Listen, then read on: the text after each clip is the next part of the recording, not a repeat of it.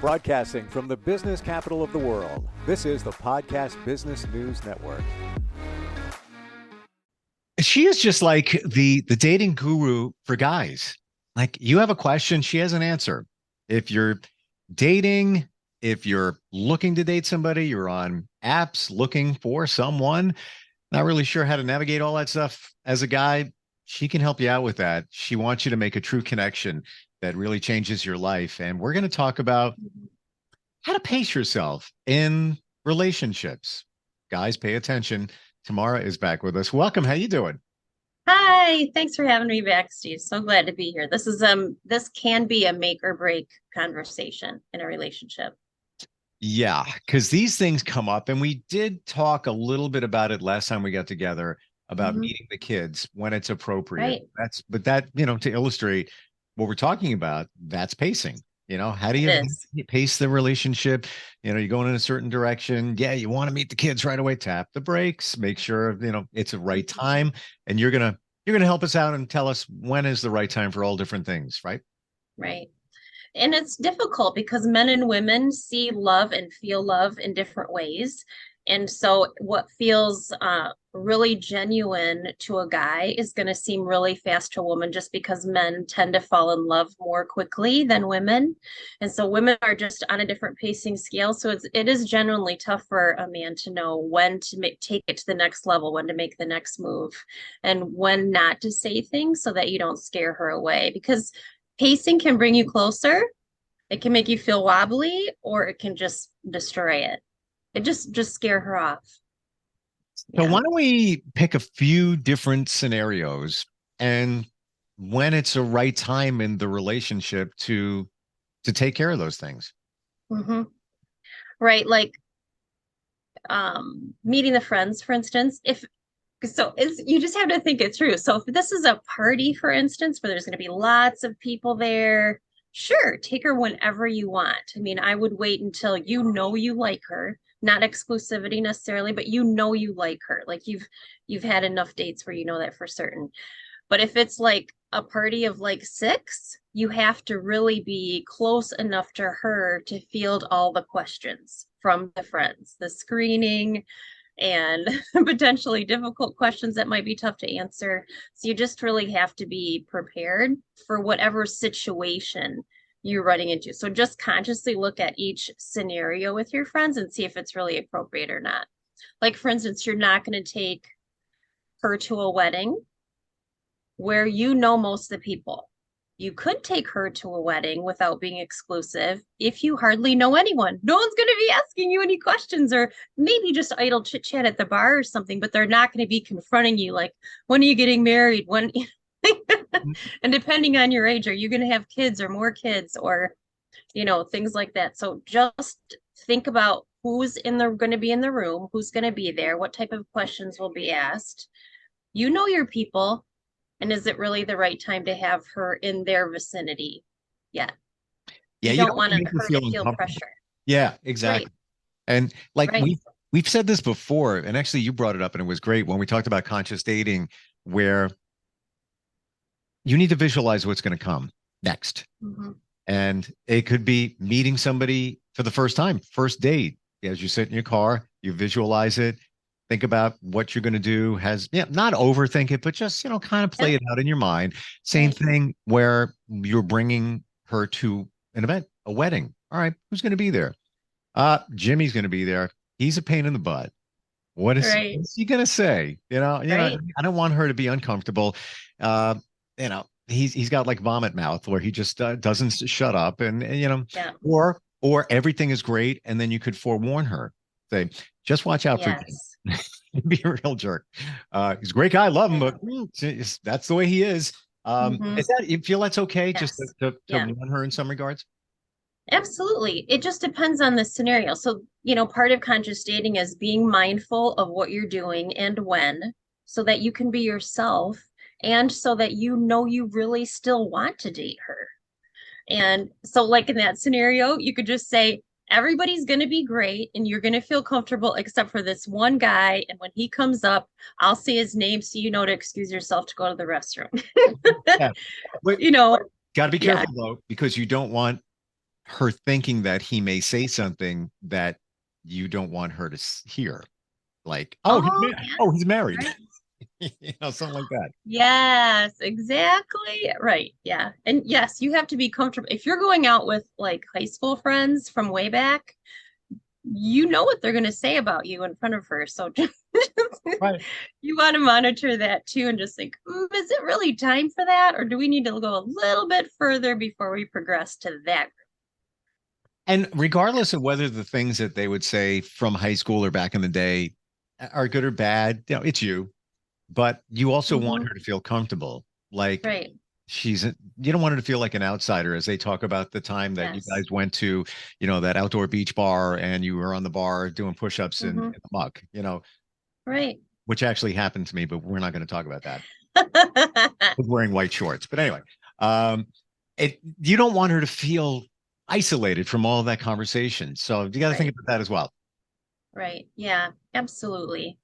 And so another thing that you want to think about is exclusivity. When do you ask her that you want to be boyfriend, girlfriend, so to speak, and you want to move into exclusivity of you're only going to date each other and you're now in a committed relationship? So that can come before or after I love you. But if you're going to say I love you and then not ask her to be exclusive, she's going to wonder. But if you ask her to be exclusive and I love you comes later, that's fine. Just know that she's not on your timetable. And so you might genuinely be feeling those feelings, but you could use other words like, I'm crazy about you. I'm falling for you. I can't wait to see you. I enjoy every minute we are together. And then see how she reciprocates. If she's visibly comfortable, you can see it in her body language. If she's comfortable with those words, then you're golden. Yeah. Mhm. And same with I love you. If she doesn't say it back, that doesn't mean she's not getting there. It just means she's not there yet. And that is a really, honestly, you are learning that you can trust her. She's not just going to say what you want to hear. So it's kind of like rejection is a double-edged sword. It's you might feel rejected in that case, but really she's showing you her character. She's showing you can trust me. When I say it, I'm going to mean it. It's going to be genuine. And everybody has a different love language. Mm-hmm. She may show it in ways, not just the L word, but just how she cares, but may not vocalize or verbalize it. But you have to look at the Mm-hmm. full picture. You know, Right. she wants to see you. Mm-hmm. She makes plans to see you. You know, it's all great. You have you know, she waits for your phone call. But she might not, you may say, you know, I love every minute with you. I adore you. All of that. You might not be Mm-hmm. saying it back, but you have to look at the actions because everybody speaks in a different way. Right. Right. And, watch her face and body language when she does or doesn't respond or how she responds, because that's really telling too. I mean, if she awkwardly looks away or gets quiet or then pulls away in those next few days after, then she's just not there yet. And you just want to talk it out then. Did I make you uncomfortable? I'm fine with where we're at, and just, Mhm. share how you feel so it doesn't get more and more awkward. For And sure. love languages, I'm so glad you brought that up. Guys, if you've not taken the love language assessment, it takes 20 minutes. It's by Dr. Gary Chapman. Just do it. Get online and do it, because not only will it help you in your love relationship, it helps with your kids, with work, with you just notice patterns in people then, and you're that guy that's always handshaking or slapping you in the behind or high five. That's the touch guy. That's all that is. That's nothing weird. Or maybe you're that guy. That's great. Your woman's going to love that if she's a touch person. But that way you can honor everyone's languages no matter what setting you're in. But it's going to help you profoundly in your love relationship, because the truth is you can compromise on all the languages, in my opinion, but one: touch. And we're just hardwired in this way. This isn't a personality test. This isn't, I'm going to be this way when I'm 20, then different when I'm 40, and different when I'm 60. This is hardwiring primal stuff. And you either want to touch someone or you don't. And touch is just something that you've got to talk through. And if you ask her what her love languages are and it's not touch, and you're seeing evidence of that, you've got to decide as a touch person, can I live without that or just live with what she's willing to give? Hmm. Yeah, that's a really hard one. The other ones you can practice, learn, write a sticky note, put a reminder on your phone, like you'll figure it out. Yeah. Yeah. And you need to be accepting if you're really into Hmm. somebody, because Yes. you can't just be narrow-minded and say, she doesn't speak like I do. She doesn't tell me that she cares. Hmm. But she may be doing all those other things. And Right. that's the way she communicates. And doesn't mean she might not get there one day, or Right. maybe that's the way she is. And, Right. psychologically, maybe that's the way she was brought up. Her parents weren't Right. very affectionate. They weren't verbally affectionate. Maybe she doesn't know how to do that. Right. Maybe she Right. hasn't been in a lot of relationships and kind of doesn't know. That could be it too. There's a whole different things going on Right. there. Right. So if she hasn't taken the love language assessment, have her take it too, because it would be, I don't want you breaking up with someone because you're missing each other when it could really just be a lack of understanding about each other's love language and you just need education about it. The book's a super easy read if you wanted to read that. And then you can, if you really want to stay with someone, but it's just like anything, any other part of the relationship where you feel disjointed, you either want to fix it together or you don't. And so if she doesn't want to show you love in the way that you want to be shown love and affection, you've got a decision to make. And that's part of conscious dating. Here's the thing. Here's what's happening. Here's where we're at. This is where she wants to stay. You're either in or out. Yeah. So I'm going to ask you, I'm not going to tell you how it went, but I'm going to tell you a real life situation. Okay. Best friend's big birthday party. Hit a big number. Surprise party for him. I've known his family since we were in junior high. So they're my family. Yeah. When is it okay to bring somebody that you're dating? How far in should you bring them to an event like that? I'll tell you what happened after you Mhm. tell me what you think the answer would be. Close to exclusivity or exclusivity, just because that's your second family, that means a lot. And it's a really meaningful event too. And she is going to get all the questions, and you're going to get asked all the questions in front of her. So, yeah, you need to be to a really solid place so she's not uncomfortable, because that's part of your job. When you're taking her to one of your things, it's your job to make sure that she's prepared, comfortable, knows what to wear, knows where you're going, can sort of visualize what might happen just so she can feel confident. Yeah. Okay. So I should have called you. There was let's see. I want to say like a year and a half ago ish. Okay. And it was probably the third or fourth date. She wasn't exclusive. I figured, fine, just bring her. We're Yeah. hitting it off. It seems okay. There was always Right. the distant thing about her. And I thought, well, in time, but it's my best friend. He'll understand. He knows I'm dating somebody out of, Mhm. long-term relationship. Family does too, whatever. Um, she did fine in terms of, the questions, and it was all good. She actually ran into somebody who she knew, mutual friend kind of thing, Ah. except, Oh, I was waiting for the butt. yeah, it was at a brewery because it was his Okay. favorite place. So, and it was a surprise. He had no idea all these people would be there. So she had like two beers. She's very petite. Um, and I don't know what started it, but she was outside for a moment, and I go out there and she was teary and started talking about a past relationship. And I'm like, Oh. wonderful. This is like a big Oh. celebration. And it wasn't the first time. Something similar happened maybe a date or two after that. And that's where it kind of ended. She Mhm. was not ready, in my opinion, to Yeah. date, let go of a relationship. Things triggered her and all of that. But to your point, I probably should have waited, or waited until it was somebody exclusive before, we went that Mhm. road for that event. Yeah. Yeah. Yep. Well, because they're just as unpredictable as you are, the setting is, your friend, your friends are.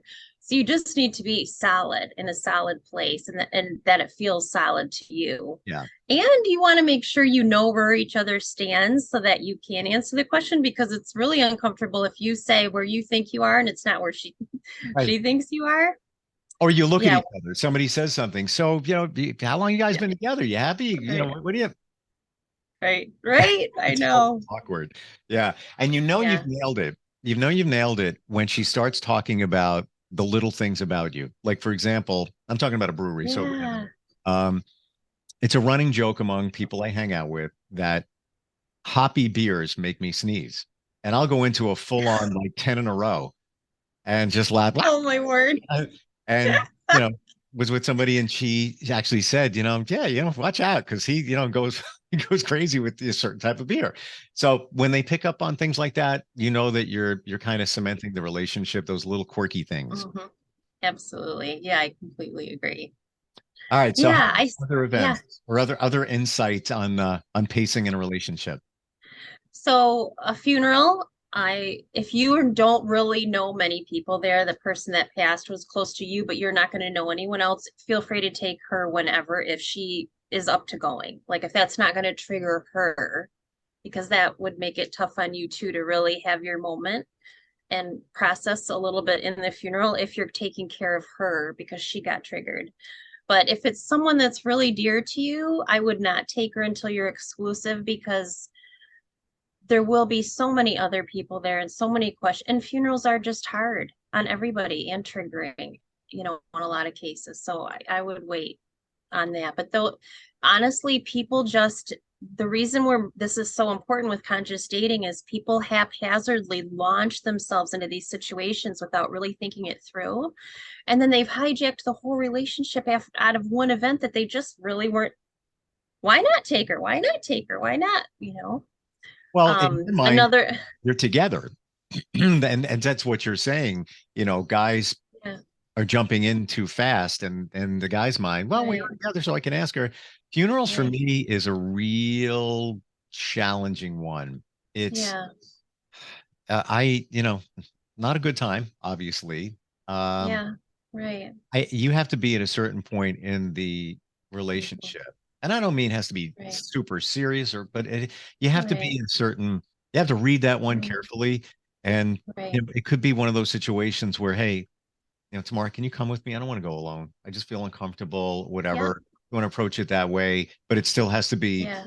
feel right in the relationship to make that ask. To And care. go through the same explanation. Here's what I'm guessing it will be like. Here's who I'm guessing will be there, and here's how long I expect to stay. If you're going to be there 3 hours, that might change her response as opposed to, a half an hour or an hour. Um, yeah, so just talk it through together. It really just, again, the scenarios, you are consciously sitting down, thinking this through so that you are making the right choice for the two of you. For sure. So inviting her to be exclusive is, a really big one too. You don't have to have said, I love you. You just want her all to yourself. Hmm. But she might wonder if that's like 3 dates in. It just might give her pause, right? You might be wildly attracted to her, but the truth is, after 3 dates, you don't know that much about her to really make that assessment. Within 2 weeks, you're telling her, I love you. You actually don't have enough information, even if you live together. You were trapped on a boat for 2 weeks. You still don't quite know enough. You know you're falling in love with her, but so that's what scares her away is she knows logically you literally don't have enough information to make that declaration. And so just give it more time. But people that date and they're 6 months in and they're like not exclusive, I'm like, then just say we're casually dating and keep dating other people. So put your genuine intention out there, Mm. but you do not have to wait for her that long. If she's not ready, when you've been ready for months, and then sit down and have that deep conversation with her about where is she at, how does she really feel, and then end it. She's not in the same place, and if after 6 months she's not there, she's not getting there. I mean, I'm talking about a mature woman that really wants a long-term relationship. She's not getting there. Hmm. I mean, Yeah. this is just a boyfriend girlfriend conversation. If that's scary, that's okay. She just has more healing to do before she's ready for a next step. Or you're not the guy. And if she's that So person, like deeper into her feelings and relationships, she's probably gonna let you know after 6 months. She want to know, what are we doing here? In a yeah, nice way, to bring it up to you. yeah, Um, yeah. yeah, you don't want to be You the both want to know. Yeah, you because both want to neither know. one of you want to waste your time. Right. unless you're just viewing it as somebody else you're dating, and Yes. or you're a Yep. player, you're a player, and you're not Yeah. going to say, if it didn't come up, I'm not going to talk about it, and I'm just going to date other people, and I want to keep you in the Right. mix because you're fun, but you're not the one. Right. Um, Yeah, exactly. And that's where I mean, that conversation needs to be had really early. What are you looking for right now out of a relationship? Not me, a relationship in general. And that's when you say, right now in my situation, I'm ready. I'm just casually dating. And then there's no waiting. There's no, bubble burst. You've outlined each other's expectations right in the beginning. That's like from like the first couple dates. That's just a conceptual conversation. It's not personal. It's just what are you after right now? in your view, Yeah. talking to people, working with guys, do you find that most people, men and women, want a long-term relationship or an exclusive relationship? Do you find that maybe it's more women that are just casually dating, or is it more guys? Like, what's your feel? Mm. I think it just depends on what you've been through and where you're at, honestly. I think that's why the question has to be asked out loud. And you need to hear an actual definitive answer. And if their answer is, I don't know, then you need to be willing to go into, I don't know, and that it might go somewhere, but you want to know where the I don't know comes from. I'm out of a fresh breakup. I just got divorced. I've just started dating again, or, really what's the why behind the answer. So you can consciously decide, do I want to move forward? Because for somebody that knows for sure they want a long-term relationship, you really usually don't want to date that person because they're just not where you're at yet. I mean, you are on really fragile ground dating somebody that's in that position. And there's nothing wrong with them being in that position. You just definitely want to have, you know, In your view, genuine intentions. of talking with people and just learning, do you find that most people really do want to be in a long-term relationship? I think everyone wants love and acceptance, love and belonging. Everyone, that's a fundamental human need. Hmm. But the truth is, I think honestly, most people don't know what they want until you get to the point where for sure. I mean, there is a point where for sure I'm long-term relationship material, or I'm just wired that way. I've always been that way, even in high school. So yes, people want that, but no, they don't. They aren't healed enough or don't have the time, attention, or the attention and intention to devote to that. Yeah. But you'd be amazed how many people sincerely don't know. So they'll say something. And then later you learn that actually wasn't true, but it was just because they didn't want to say they didn't know, but they really didn't know, or they didn't realize they didn't know. They thought they were ready for long term. But then when they started to fall for you, you triggered all these little things, and now they know they're not. So that's where people get hurt. Yeah, Mm. people just genuinely not knowing themselves what they're ready for. Some people are afraid. You got burned once, Mhm. twice, whatever it might Yeah, be, and you think you know what you want, and then right. you have to pace yourself. That's another, Yes, you know. right. Yes, Anything else in absolutely. the last minute or so we have here in terms of pacing the relationship, events, and things like that?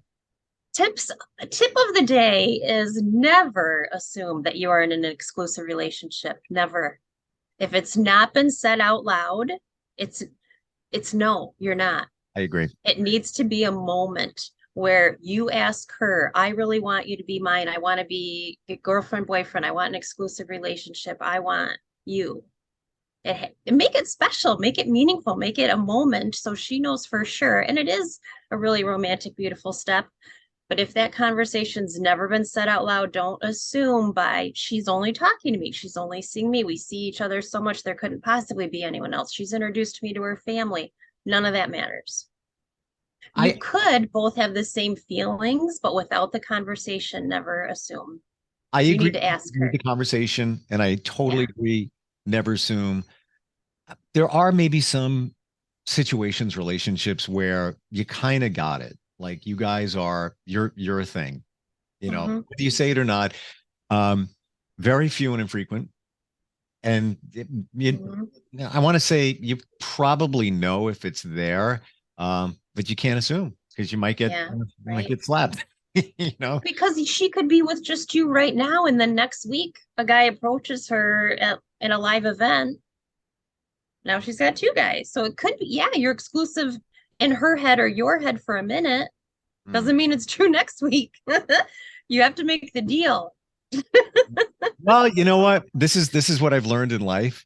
It's the deal you make in the beginning. You have to out of the whether you take a new job, you negotiate. I'm not saying you're going to negotiate a relationship with somebody, but it's what's at in the beginning. Yeah. It's all there. It's because you can't go back and change it. So, make sure it's right along the way. And then when it feels comfortable to say, are we exclusive? Yeah. Because I want to be with just you. I don't want to be with anybody else. I enjoy you. Right. See, a future, maybe a future with you and all of that. No, good stuff today. Yeah. Yeah. Yes. I want everyone to make it to that next step, to that long-term, passionate, loving, long-term relationship that you really want. And getting your pacing right will help you get there, like, more quickly, securely, confidently. Yeah, it'll be really beautiful. What is that love language assessment you had mentioned? What's that called again? Oh, Love Language Assessment by Dr. Gary Chapman. You can just Google it. It'll pop right up because he's like the king of love language. I mean, the king, the developer, the creator, the author. I'll be doing that tonight. Seriously. I'm kind of curious. Yeah. It's fun. And you can't assume just because sex and touch, not related. You like sex, that has nothing to do with touch. Yep. Yeah. No, I'm glad you brought that up, because let's just clarify that, because most people like sex. Yeah, irrelevant. But the touch thing, I mean, it's just that there's one, you could be walking through a store and an arm goes around you for even a second. It's like, yes, you feel safe. Yeah. Or, I've gotten before, like, standing in Starbucks and, arm goes around my waist and it's just like, I feel clingy. Okay, no problem. It's, no excuse. Don't have to give a, how do we find you if we want to improve and pace properly? On Instagram, you can find me at Tamara, True Connection. And my website is trueconnection.coach, COACH. Would love to help you find her sooner than later and keep her once you find someone you like. I love the fact that you cater to men, because it's almost as if, you being a woman, you can give us the other view. So it's almost like, you got a sister. Right. That's helping you along the way. Well, and a cheerleader. Yes. Exactly. Let's do it. Yeah. All good. Great talking with you, Tamara. Thank you, Steve. Appreciate it. Talk soon.